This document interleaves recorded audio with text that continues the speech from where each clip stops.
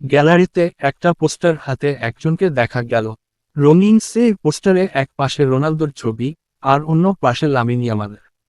রোনালদোর ছবির পাশে লেখা দ্য লিজেন্ড, ইয়ামালের পাশে লেখা লাল হরফে দ্য ফিউচার।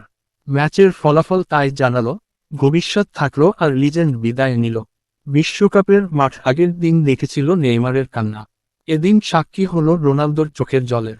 আর চোখে নতুন স্বপ্ন নিয়ে হাসতে হাসতে ইয়ামালের স্পেন নাম লেখাল বিশ্বকাপের শেষ আটে। রোনালদোর পর্তুগালের বিশ্বকাপ মিশন রাউন্ড অফ 16 সমাপ্ত। ডালাসে ম্যাচের 91 মিনিটে গোল করে মিকেল মেরিনো স্পেনকে জয় এনে দিলেন। ফ্রি কিক থেকে ফার্নান্দো তোরেসের পাশে পাওয়া বলের বুদ্ধিমত্তার সঙ্গে খালি জায়গা করে নিয়ে গোল করেন মেরিনো। ম্যাচ শেষ হতে তখন বাকি কেবল 6 মিনিট। শেষের এই সময়ে গোল শোধের জন্য মরিয়া হয়ে চেষ্টা চালায় পর্তুগাল। গোল প্রায় পেয়েও গিয়েছিল তারা, কিন্তু ব্রুনো ফার্নান্দেজের হেড স্পেনের গোলপোস্টের সামান্য উপর দিয়ে চলে যায়। আর তাতেই ভেসে যায় পর্তুগালের বিশ্বকাপ স্বপ্ন। আবেগ চেপে রেখে মাঠ ছাড়েন রোনালদো, কিন্তু চোখের জল লুকাতে পারেননি। 6টি বিশ্বকাপ খেললেন, যার প্রত্যেকটিতেই আছে তার গোল।